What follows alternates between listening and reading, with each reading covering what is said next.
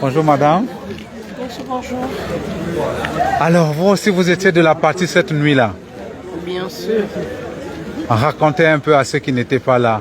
Qu'est-ce qui s'est passé cette fameuse nuit qui a plongé le Gabon dans le deuil? La nuit sombre, comme on pouvait dire. Je crois bien que le bateau a commencé à se chavirer au large. On avait déjà dépassé Pointe-Denis. On ne voyait presque plus rien de Libreville. Mais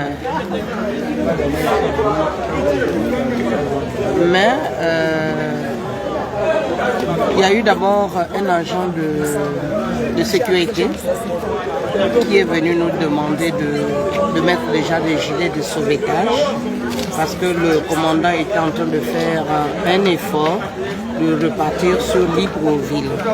Les 25 minutes qui suivaient, le commandant est descendu de sa cabine en disant il avait changé de langage.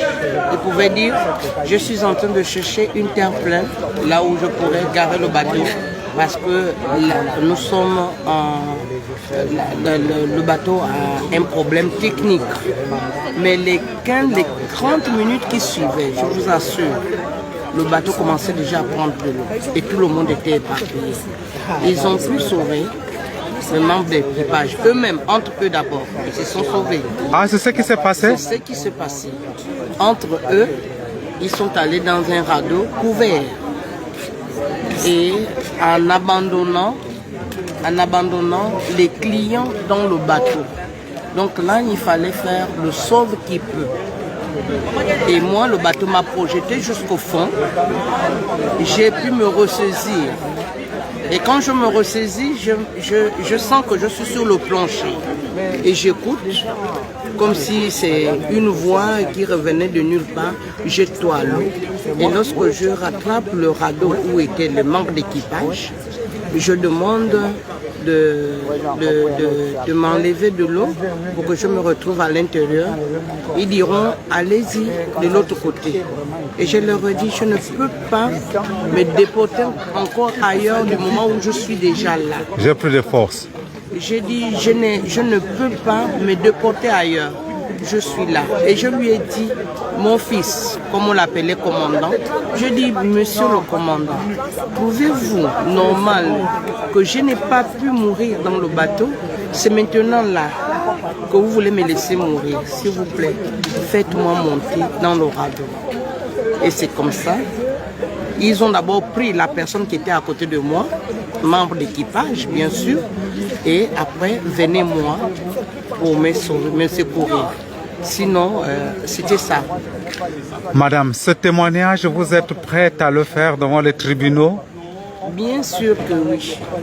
Bien sûr que oui. Je ne suis pas seulement une personne ordinaire, je suis aussi une femme qui porte la parole de Dieu. Et donc la vérité doit être en moi. Le commandant, vous voyant arriver devant son radeau, vous a ordonné de changer de radeau. Mais je ne sais pas si c'est le commandant, mais on l'appelait commandant. Wow. Parce que dans le bateau, il y a plusieurs commandants. Je ne sais pas qui le commandant, mais on l'appelait commandant. Et c'est comme ça que je lui ai supplié, s'il te plaît, commandant, fais-moi monter.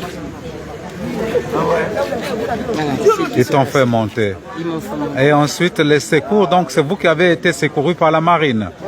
Non, on a été secouru par Pécho. Pécho. Donc le nom du navire c'est Céleste. C'est Pécho qui vient nous secourir. La marine est passée. La marine est venue prendre seulement les 2 corps ou les 3 corps qui existaient déjà. Donc nous avons ils ont pris les morts, ils ont laissé les vivants. Voilà, nous avons été secourus par Pécho, le bateau de Pécho. Pas par la marine. C'est 2 choses différentes. Il y a en nuance. Pas la marine, mais Pécho. Alors, donc Pécho qui était dirigé ce jour-là par le commandant Noël Mougoula. Bien sûr que oui. Coup de chapeau à ce commandant. Que Dieu le bénisse. Alors, vous avez créé un collectif. Qu'est-ce que vous allez faire ensuite? Mais on ne peut pas déjà se dénoncer. On attend le temps de travailler et puis on viendra vers les médias. Et votre vie sociale a-t-elle basculé depuis cette nuit-là? Bien sûr, bien sûr. Qu'est-ce que vous ressentez? Qu'est-ce qui a changé? Il y a des douleurs. Je suis vraiment malade. C'est seulement aujourd'hui que je me suis levée. Sinon, pour le reste du temps, quand je viens ici, les gens me voient que je suis soutenue par quelqu'un pour venir jusqu'ici.